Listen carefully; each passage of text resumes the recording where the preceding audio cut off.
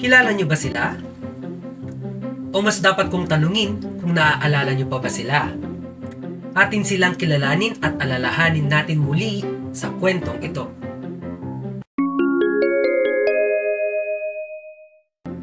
Ang Mushroom Kingdom ay isang fictional place sa isang video game at dito nakilala ang mga karakter na ito. Si Mario ang pangunahing bayani ng Mushroom Kingdom. Siya ay kilala sa kanyang blue jumper, pulang sombrero at sa kanyang bigote. Si Mario ay isang tubero. Sa katunayan, mahusay siya sa mga sports, kabilang dito ang tennis, golf, baseball, soccer at maging sa kart racing. Si Luigi ay kapatid ni Mario. Siya ay kapwa-bayani ng Mushroom Kingdom.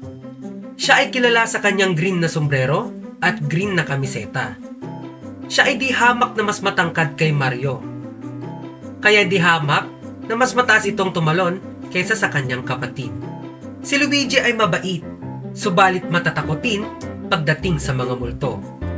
At kung inyong napapansin, meron din siyang bigote na iba ang hugis mula kay Mario. Princess Peach, ang pinakamamahal na prinsesa ng Mushroom Kingdom. Siya ay kilala sa kanyang magandang muka at magarbong pink na gown. Siya ay game na game sa iba't ibang sports at siya ay mahilig magluto at mag-bake. Si Toad. Si Toad ay residente ng Mushroom Kingdom. Siya ay nagtatrabaho sa serbisyo ni Princess Peach.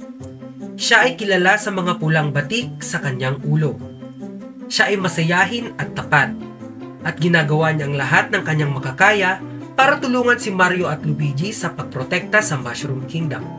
Pero bukod sa kanilang apat, meron pang iba't ibang karakter. Sila ay sina Bowser, Yoshi, Daisy, Wario, Waluigi, Rosalina, Bowser Jr., Boo, Donkey Kong, at Diddy Kong.